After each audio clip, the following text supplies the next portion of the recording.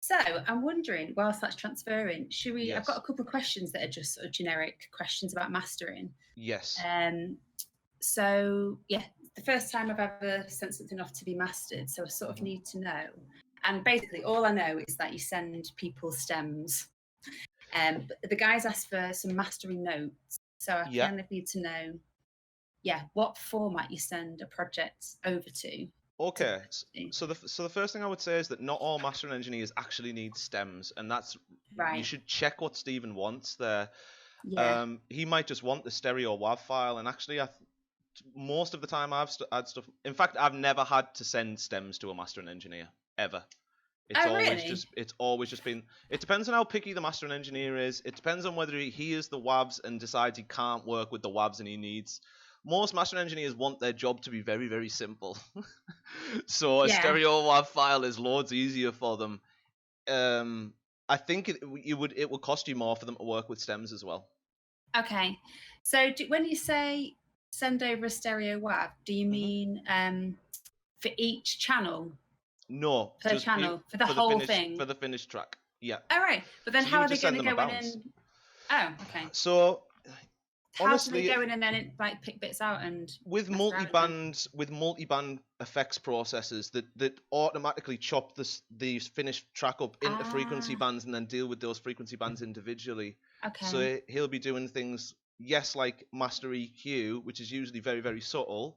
Yeah. But a lot of what I imagine he'll be doing is multi-band dynamics, multi-band compression, so he can split the track into low mids, etc., and treat each one of those separately without it being stems. Okay. So a WAV of the whole track. The whole track, the whole finished track. Ah, that's dead easy. Right, okay, dead easy. Hopefully, like I said, some mastering engineers do prefer to work with stems. But it usually costs you more and it's more work for them. It's more work that's for them. What I was thinking. So if you were sending stems to someone, is that more about if you're asking them for like specific, I don't know, like could you have a look at this channel to sort of EQ it in this way? Or and honestly, that would be more of a mixing engineer's job than a mastering engineer's job. Okay. It's more of a production thing than a post-production thing. That okay. The rule I always live by is like mix like you kind of get it mastered, so that you want it to sound class before it goes to mastering. Yeah. You know, you want it to sound as well as it can before it goes to mastering. Lots of people think like, oh, it'll come out in the master. It'll sound better in the master. Yeah. And it's just a bad way to think about things, really. Yeah, you should be happy with what you're sending in. Yes. The whole thing like garbage in, garbage out, all of that. Exactly. If it honestly mastering, if it's already sounds shit, it's going to sound loud and shit, is what I always say to people. Okay, right, fine. So I guess that cuts out a lot of my questions around, you know, if I was sending all of these particular stems, say I've got like 10 channels, for example. Yeah. And then I had specific questions per channel. He's not going to be able to do that, is he? So honestly, I think that lots of people like proper overestimate the job of a mastering engineer. Like, right. You know, I think they're like the Wizard of Oz or something. They're gonna like sprinkle this shit on it, and it's gonna And I'm not trying to devalue what they do at all, but go on. You've got just try and make it sound as good as possible before it gets there. You know. Okay. File format, you want a 24-bit WAV file. When you bounce it at 24-bit. Ableton will default to 16, I think, unless you've changed it. Once it's changed, I think it'll stay there. So 24-bit at 44.1 kilohertz is usually fine. He might ask for 48. You might just want to export it as both, just in case, and send him both. Okay. Right, I'm just making a note. So on my project, so I've got I've got like half and half audio MIDI tracks. So my question was, for my MIDI tracks, do I need to do like a separate channel for each one and record it as audio before I send to him? Yes, for future. If you ever are sending stems to anybody, doesn't matter whether it's a mastering engineer or anything, if you've got all the software instruments, it helps, especially if they're not working in Ableton, it just helps to just bounce those out as audio. Yeah, that's my general questions. Sick. So what does the piece sound like? Do you want to describe it, or? You said it's just a bunch of sounds right now. Is it more of a sound art thing that you're doing, or is it a track? No, I'd say it's the nearest that I've got to an actual track. That we know in summer, in the lockdown, basically, I did that Fat magazine video. Yeah, which was sick, by the way. Oh, thank you. Yeah, it was really cool. It was the thing that I was playing on that, basically. Yes. And, yeah, and then I had some really nice messages. People said, "Oh, what's this track?" And I was like, "It's not really a track. It's just amazing." Yeah, amazing. So I was like, "Oh, maybe I should actually try and make that into one thing." Yeah. So that's what I've tried to do. So I'm trying to stretch it out, and I've got some weird sounds in there as well. Just arbitrarily stretch it out for 5 minutes. Yeah, I've done like music production, like 0.1, just like copy, delete. Yeah, for real, duplicate, Command and D, the whole thing. Make some minor filter tweaks along the way. Tracks are good. So yeah, it's basically a test to see, what. Cool.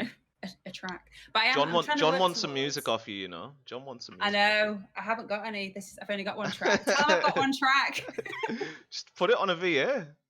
This is my problem. So I'm trying to get a serious Aaron. I'm not even joking. I've got so much stuff, but I'm not happy with like releasing it or giving it out to anyone because I don't feel it's like professional enough. So like Joe, you've got to get over that though. You've got to get over that and just put something out. I know, but I'm not happy with the production. So it's not at the stage that I'm ready to release it, and I keep getting asked for stuff, but I only want to do stuff when I'm happy with it, and I'm not yet happy with it. I understand that completely. What I would say is that sometimes the things that you're worrying about, no one else is worrying about at all. When they listen to your music, they're not hearing what you're hearing, and you've heard it a million times and whatever. And my ethos is, well, actually, it's not my ethos. It's just my experience is that sometimes the songs that you think are the worst, other people think are the best, and it's because there's like an honesty to it. That like there are mistakes there or something. There's an earnest kind of character that comes out of it, not being too polished. Or whatever. But I know it's not maybe a polished thing that you're talking about. It's more just a general not in a personal thing, not ready to share. I haven't had enough time to work on the things that are not fully conceived, if you know. So I'm trying to work towards a release of some sorts in the next 6 months. But have you had other people asking you since your fact mag? Yeah. So my friend. You don't Joe, have to name drop here, by the way. It's totally cool. Oh no, not in like a big not. No. I just didn't want you to be exposing any project that you might have had. No, not really. I spoke to Danny Skerritt. Has been messaging me, and he said as soon as you've got stuff that you want to share, he keeps saying, "Can you send me some stuff? Can I have a think about?" So I feel like I want to get 2 or 3 tracks. Same, dude. And then I can sort of like share it a bit and see what people think and that sort of stuff. Cool. But yeah, that's what I'm working towards anyway. Good stuff. Okay. We're getting serious now. It's the EP, the difficult first EP. Yeah. Isn't it? It's so hard. And it's like, do you have a name? Like, yeah, my name's Vicky. Yeah. I haven't got a name. Suck it. Most of my music comes out like 2 years after I've written it anyway, so. Does it? Oh god, it hurts so bad. It hurts so bad. On that idea of like, not feeling happy with it. Like you're happy with it 2 years ago, and you're like, and then it's 2 years until it comes out, and you're like, this is not me anymore. Yeah, it's like, yeah, cool. Okay, so can you see my screen now? If you watch that stream, you can see that. Okay. Yes. Okay, now I can hear it. Can you hear it when I'm playing it through here? Perfect. Right, this works then. Excellent. Tell me where you want to start. So I'm kind of going from left to right. So left-hand side, these 2 steel channels. These are basically metal going through effects.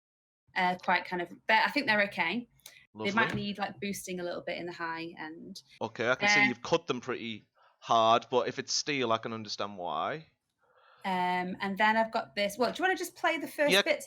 Can I? Is that okay? Yeah. The first like minute and a half is I'm up to there basically. And I'm gonna just. Oh, do you want me to play it from in the arrangement view? Sorry, Vic. Yeah. Yes. Okay. Play it there. Yeah. I'm just gonna boost it a little bit on my end here, and I think it's actually just my volume in here. It is right. So basically, the aim of this thing is to try and get it to. I'm trying to get it to a state where I can send it to this guy this afternoon. Okay.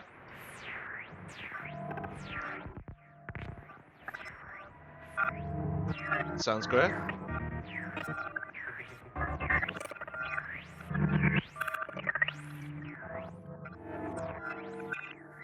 Can you hear it through your headphones, Vic? Yeah.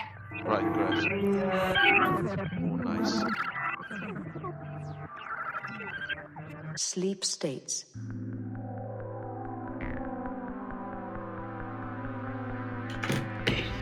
Succinct. Ah, yes. I remember this from the vids.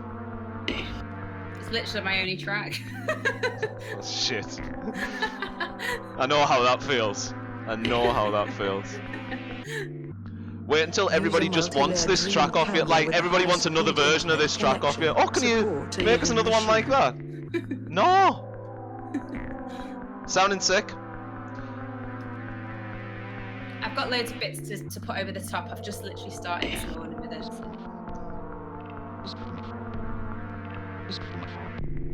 When the user scrolls through the game, I feel like the mix sounds great in terms of separation. Like, you can hear everything very distinctly. And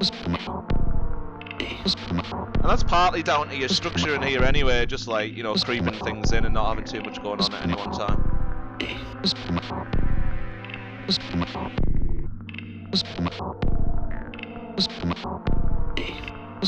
Rhythm, love it.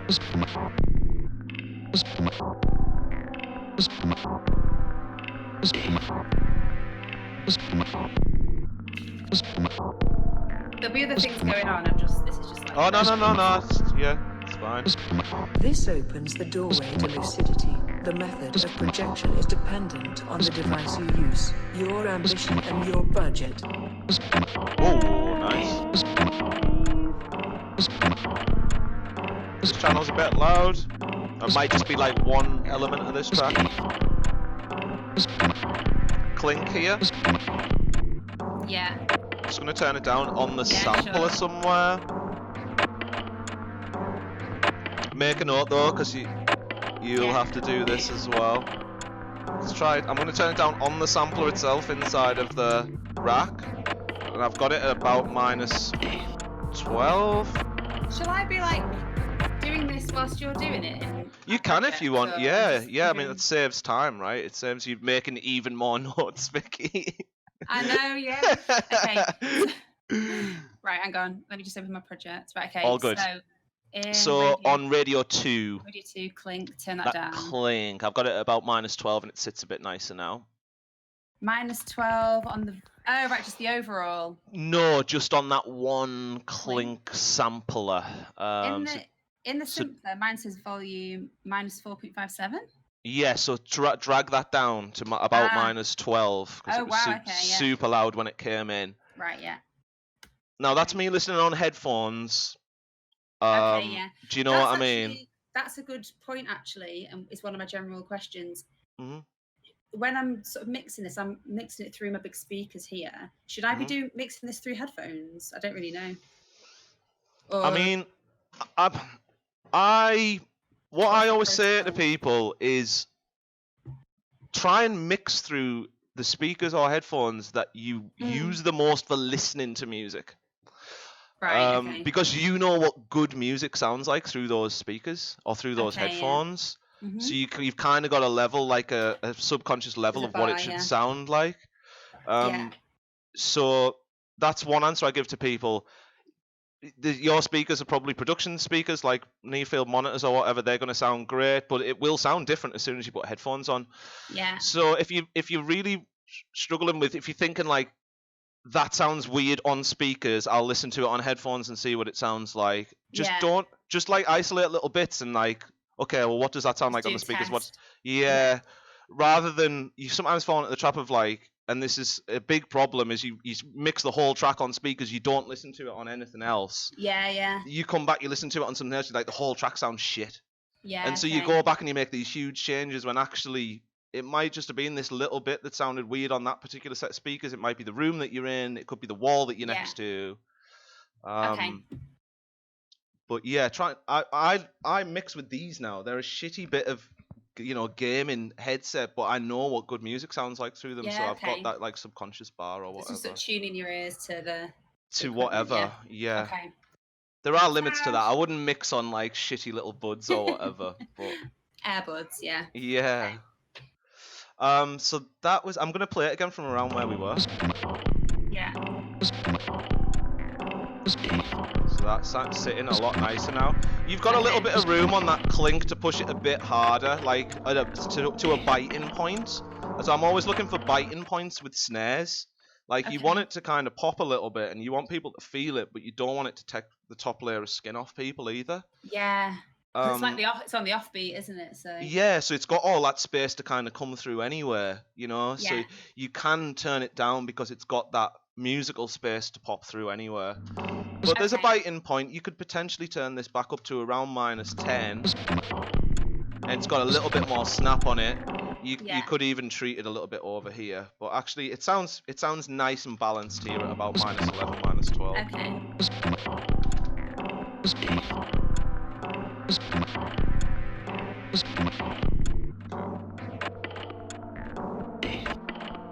Nice. Filtering on your snare and stuff, Slush. Okay. Nice.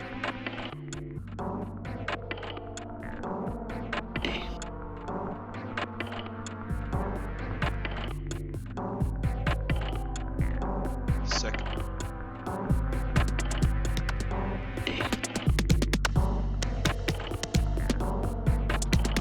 These sounds might change. I was trying to do some like frenetic. Yeah, it sounds sick the way that you've got it. Is this using like a randomized? Because I'm seeing some. Yeah, I basically generative did stuff. a tutorial on sampler.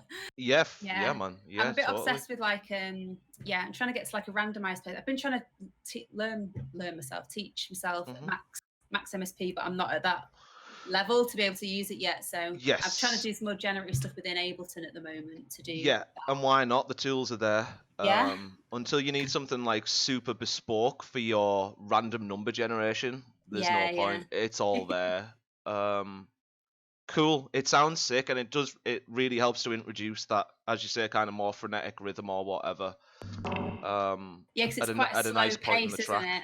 Okay. Yeah, it gives it that twitchy kind of dancey feel, though, that if you know, because it has got this kind of plodding nature to it, but giving people those like double rhythms or whatever, if they want to dance, they can dance, you know.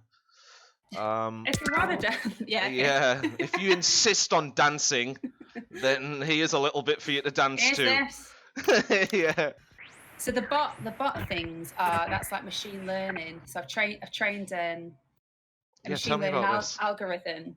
Tell me about this. So this is basically I inputted. What did I put? The Communist Manifesto. What else did I put in? Like this Russian avant-garde manifesto from 1920 about like the plastic revolution. Okay. And then I put in the Cyborg Manifesto. Amazing. And basically it's like kind of I was looking at kind of like socialism, different materials, and kind of cybernetics, and basically pumped this out. So this is my like machine learning bot woman.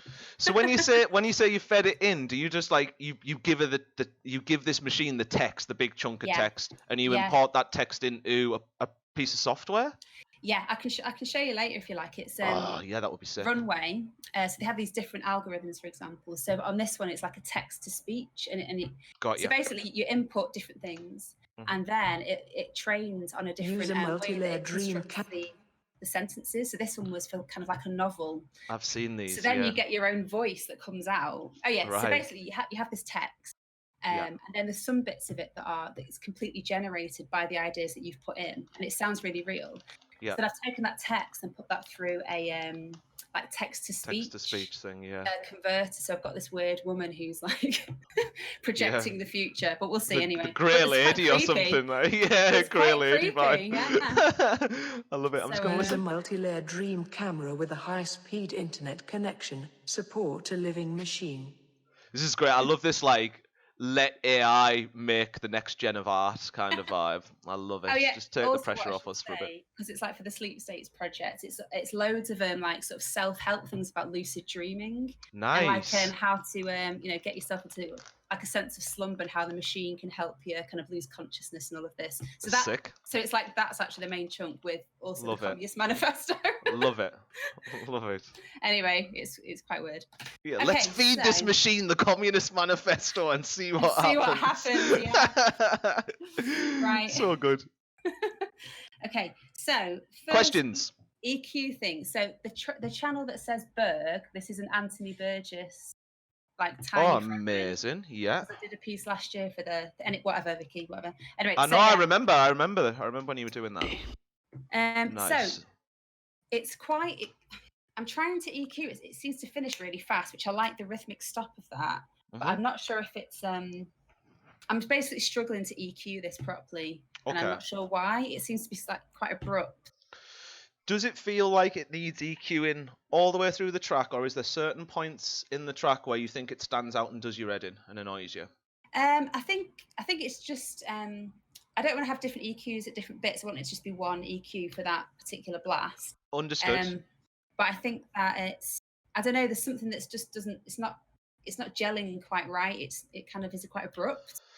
So can I play Maybe it's a bit airy. Maybe it's a little bit too airy. Okay, cool. I'm going to have a listen a bit further on in the track, and then I'm going to listen back in, because this is more in isolation. Over here it's kind of on its own with only a couple of extra elements. Yeah, exactly. Yeah. And down here is with loads of stuff. I'm not saying that we should apply to two different EQs, but it might just sit and gel differently here and here. So let me listen for a sec. This is thought to be linked to a variety of... Because it's quite lost in the mix here, you know? Like, I'm looking at when it triggers. I might be taking... I haven't really taken all bits out. I'll look at the channel strip as well. Regulating. So it's hard for me to comment on there. So I'll listen to it here, where it's in more of an isolated state here. Okay. I'm going to pull it out later. I'm sorry, I've just done the duplicate. I've not pulled it out. Oh no! Don't worry. It's like if you want it at any point over here, it's not like a bad thing. It's just that it's gonna sound different. So you think it sounds a little bit too airy? Should we listen to it? Let's listen to it on its own. I mean, we got that. Just to hear that kind of like fadunk. It kind of goes. It sort of goes. There's like the dam. The flump, yeah. Flump. That's a flump. You don't like that part of the sound. Like but you like the way that I can hear it. It's like more of a low end kind of like flop. I like how it stops, but I don't like how it gets to that stop. It kind of goes, yes. It needs to be like a little, but I'm not sure how to. So let's throw the EQ back on. Let's throw the EQ back on and. Okay. Now let's put number 7 on here. You've already got it in this isolate mode, haven't you? Where you can, if you hold these. Yeah. You can and I'm just gonna loop this one. Okay. Little bit. Okay. Foot bump. So it's like a door, closing from next door or whatever kind of vibe at the end of the sound. So I think it's a low end thing. I think it's this foot bump, flub flump. I think it's a low end thing that's giving you that perception of it sounding a bit weird. So I honestly think we can just get rid of the low end and it might immediately help. See, it's like it's not there anymore. So it's just a low end thing. And does that still come through as much though with the?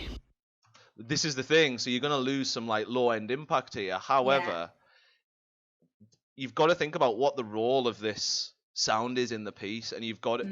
It's unfortunate, but sometimes we want every sound to be everything, but we can't have that, otherwise the song ends up like shit. So you've got to make these really sometimes heartbreaking decisions, like, oh shit, I've got to pull that out of there, because otherwise it's gonna have a negative impact on the rest of the track. So would you do some kind of ducking with things, or add a side chain for anything? Certainly, like that? you could if you wanted to.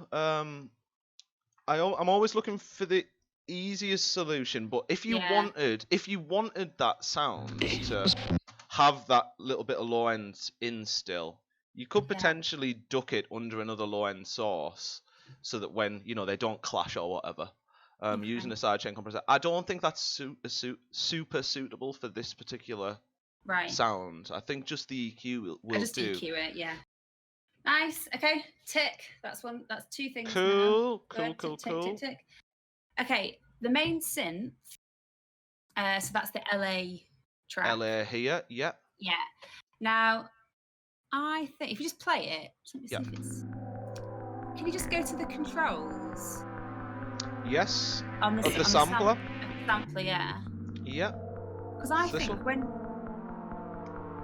I was wondering, did we set something that was like to make it swell a little bit more, maybe with the pitch envelope or something? Possibly. Or was it with the might filter? be in the filter envelope. Yes, we have here. We have. So it's actually undergoing that. It is. So the way to check that is, so we're in the right pad here. I'm just going to solo this. Yeah. If I double click this amount here and set it back to 0. Oh, hang on. Where are you? Sorry. It's all good. So I'll just. Yes. So you could hear it there, right? As soon as I took it off, it like stabbed in instead of swelled in. Okay.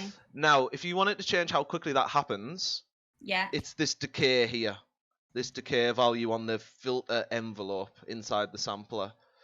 So if we wanted that to be quicker, you can hear it just swell immediately there. Yeah. Wow. And obviously we had it at 16.5. Takes a little while. For a subtle change in this synth line, Vicky, throughout the track, you could modulate that ever so slightly. Oh, yeah. So, like ever so slightly. Now, you could do this with a Max for Live. I would do this with Max for Live because I'm a lazy git. With an LFO? Just with an LFO. Yes, please. The LFO is after the pad here. Yeah. And I've got the depth all the way down to 0. The reason I'm doing this is so that now when I hit map and I go to frequency, I can see where it's going to start. Can you see how it's took control of the frequency? And it's immediately going to start at 812 hertz. We don't want it to go anywhere near 812 hertz during its modulation. So we're going to push the offset up to basically where we want it to start modulating from. And I think you had it at around like minus 18 or something. Kilohertz. Maybe a little bit further down. So we're basically setting the start point for our modulation here. Now when we increase the depth a little bit, we can see that it's only modulating around that point we wanted it to, rather than this huge, anchor of like from 30 hertz all the way up to. Good. Cool. Anything else you want to talk about on this pad though? No, it was that swell thing. That's fine. Okay. Cool. Next thing. There's only a couple more things on this. It's not. That's okay. So on the Radio 1 track, if you open that, there's in the drum kit. It says Berlin. Does it say Berlin? Got it. Yeah. Got it. So if you solo that, it's just coming out of the left channel at the moment. Got you. And I tried to use a utility to make it come out of both channels. But then the utility is doing that to the whole. I don't know how to get the utility to do that just for that. It looks like the way that you've got it set up. So there's a utility on the master, but it's not monoed or anything. So that's not going to affect anything. There's a utility inside of the Berlin channel. So this is the one. I'm going to just delete that utility. I'm going to put it back in. But what you want to do, just delete the one that you've got. Drag a fresh one in, because that was a preset that's done something to the left and right anyway. Instead of dragging a preset in, just drag the word utility into the channel. And let's just use the basic one. Because this, you were 100% right, but I think because you've imported some weird preset on the utility, it's flipped the channels or done something weird before it monos it, basically, and it's just defunced it. So it is still coming out of left.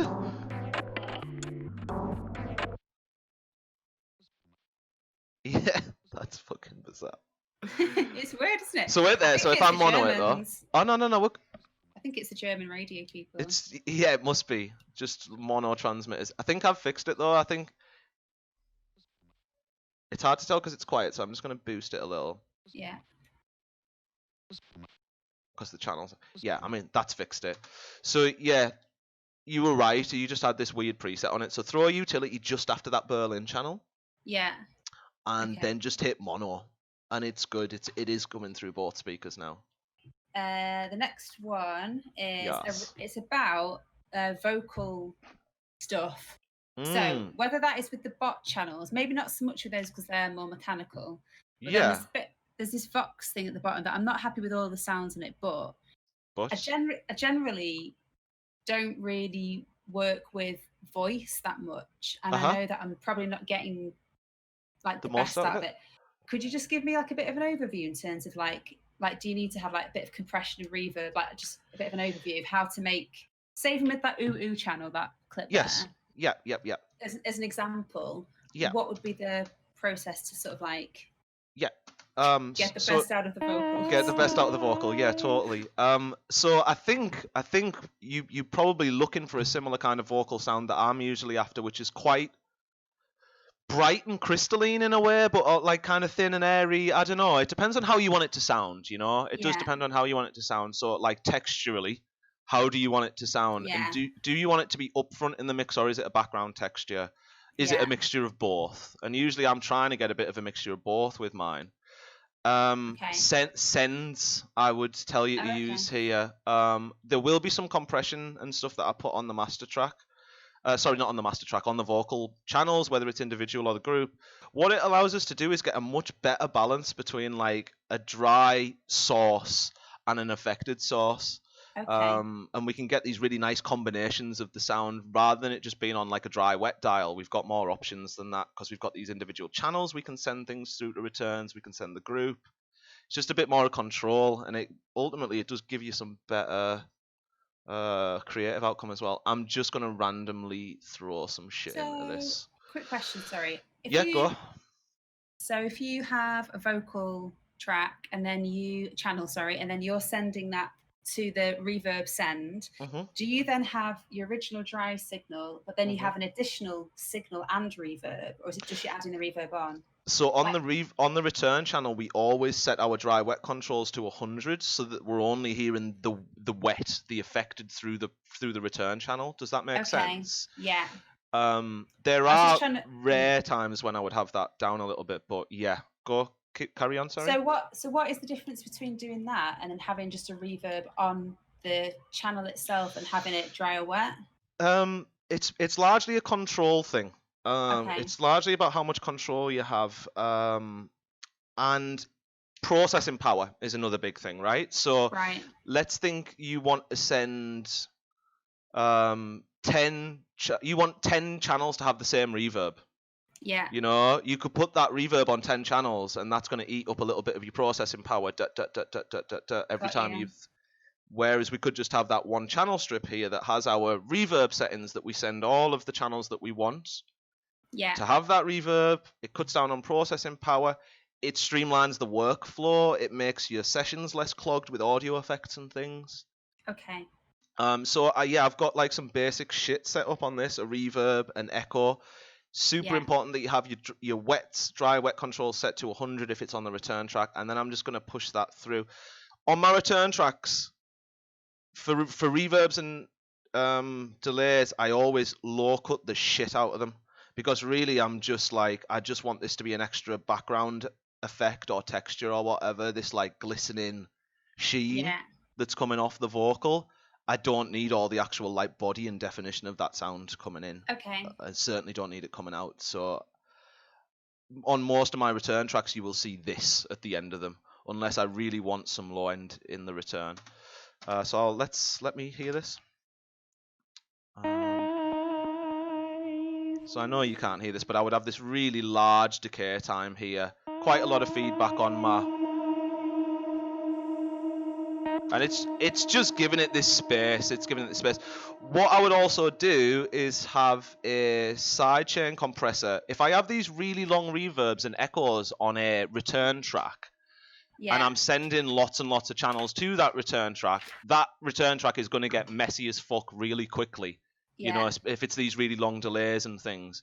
So I often have a compressor at the end that ducks is sidechained to the original source.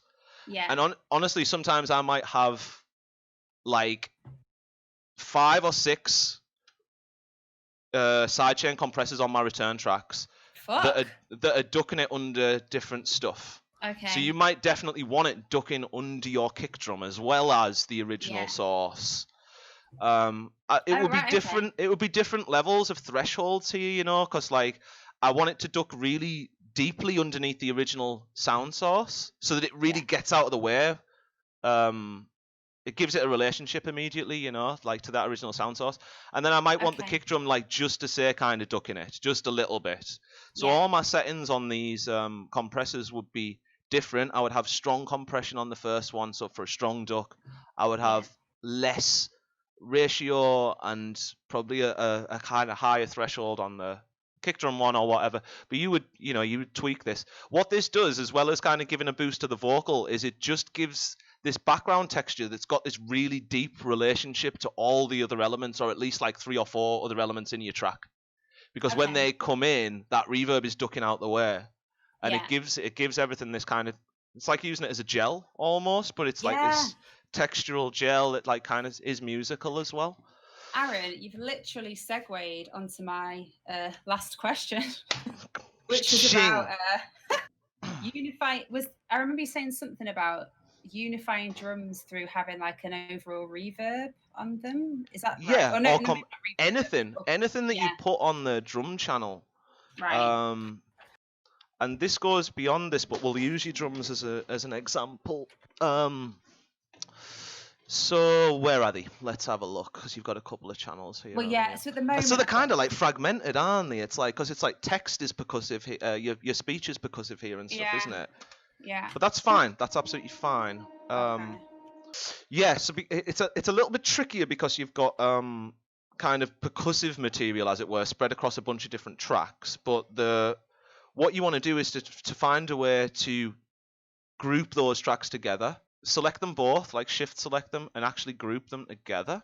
Just applying effects will do here, and it doesn't have to be anything crazy. But if I often use saturators on groups, so I'm just gonna drag the basic default preset onto the channel, and I just add a little bit of drive, and you might have to compensate with the output here. So this is like how much distortion you want, and this is how much output you want to reduce it by. And if you want to be super safe, just like put it up by 3 and reduce it by 3. Like for every dB you put up, put it down by that amount. It'll be subtle, but just by applying that saturator to a group, you've melded those sounds together in some way. You know, you've reduced the amount of separation between them because now they're both going through the same saturator. I think that's what I was trying to get to, because they're quite from disparate places. They're very different types of sound. Yes.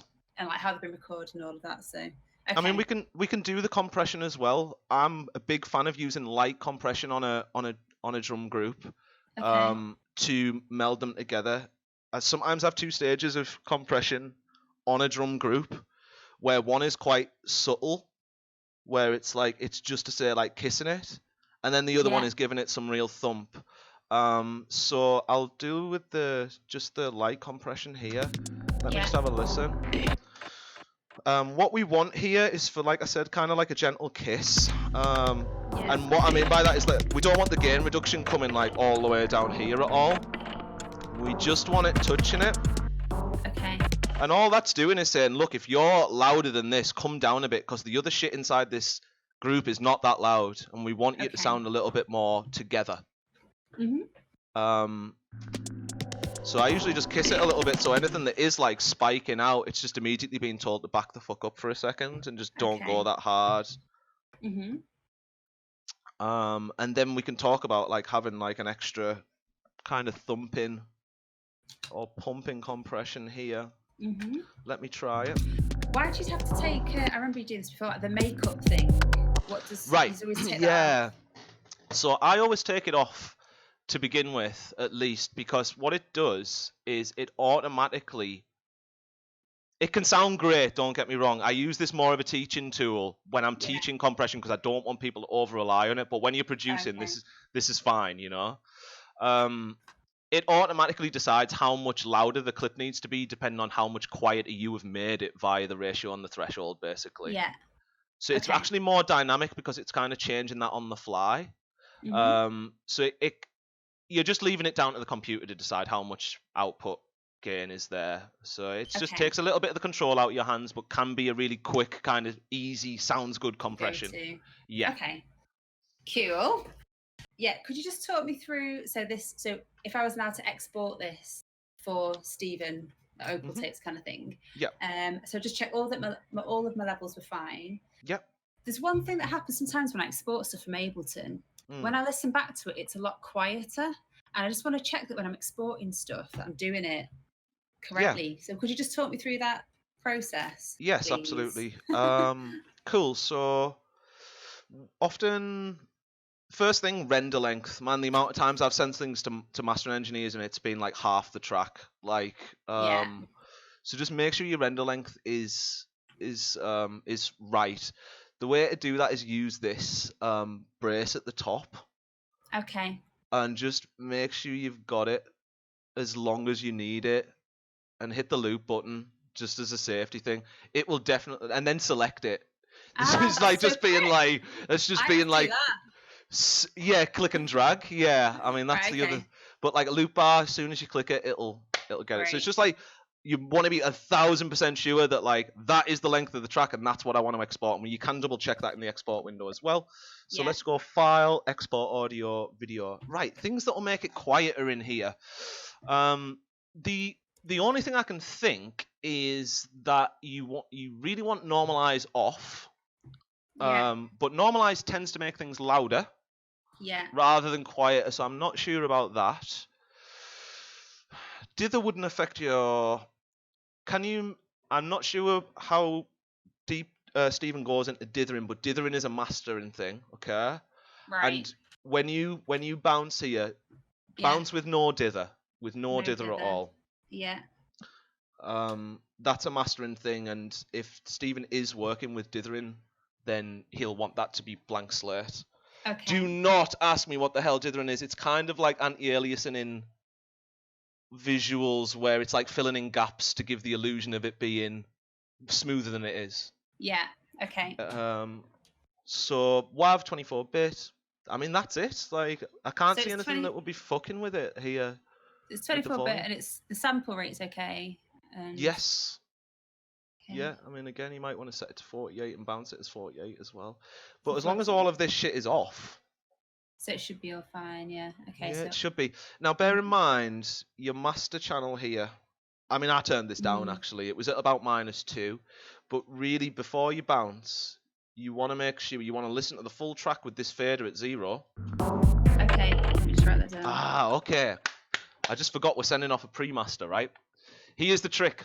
And I've got a video for this, so I'll send you it as well. Okay. Because you haven't like mixed this, so we're in a good position here. Put a utility onto your master channel. Yeah. And boost the gain by 6 dB on it. So now your whole session is 6 dB louder, right? Yeah. This is because what we're going to do is turn this off at the end before we bounce it, so it's 6 dB quieter. Mastering engineers need headroom to work with. They need volume space. And if we bounce a track and it's coming out at 0 dB, they've got no room to make it any louder. Yeah. So most mastering engineers ask for a file that's in between -10 and -6 dB rather than that 0. Hang on.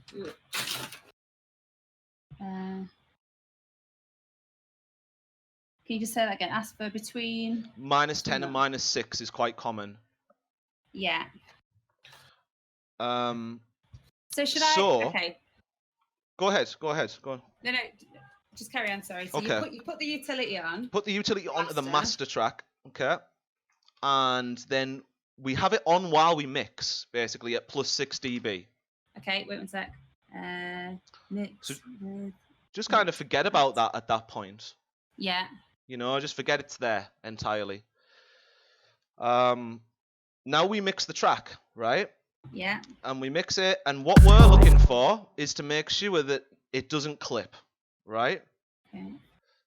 We want everything to come in under 0 here, but close to 0. So I basically need to go through and then sort of adjust all of the levels so it's not clipping on the master. Not clipping. Exactly, you got it.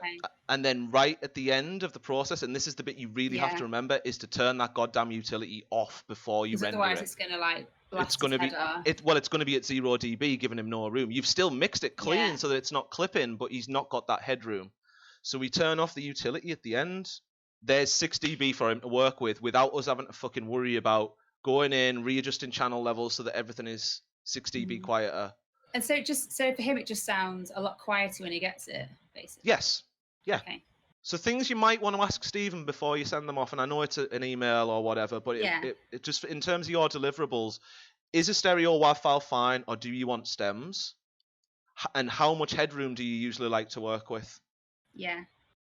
And then the utility that you put on for your headroom, if he's asked, I only need 4 dB, then you make this utility 4 dB and you turn it off at the end. Yeah. If you want 10 dB, you make it 10 dB and you turn that off at the end. So it's just a really quick way to work within a mastering engineer's requirements without having to fucking worry about it. So if he's asked me for mastering notes, what does he mean? Does he mean me to say, yeah, can you boost it around this bit, or I want this bit to sound sparkly, or I don't really know. Yeah, no, exactly. He's looking. Or like reference something that I like. Perfect. Yeah, absolutely. All of those things. All of those things, I would imagine. Now, honestly, I've never sent mastering notes off before, but I've always had like a bit of a back and forth. And what I imagine is that Stephen's trying to cut down on the amount of back and forth because of the quite quick turnaround. Yeah. So this would usually be a conversation that he might be having with you over the course of a few days. Yeah. You want to highlight overall what do you want the master to bring out, you know? And he's not a miracle worker, and really it's just like little things like the bright end, the high end. I want there to be a high end focus in the track. It's not that can you make this bit sound a bit better, or can you make this bit sound shinier. You tell him, I want there to be an emphasis on this frequency range or this frequency range. I really like how this crunches it. You don't have to go mad deep. Two sentences. Like, I really like, I want there to be an emphasis on sparkly high ends, and use an adjective. That's what he's after. He wants an adjective off you. Go Nathan Barley, say dusty or whatever.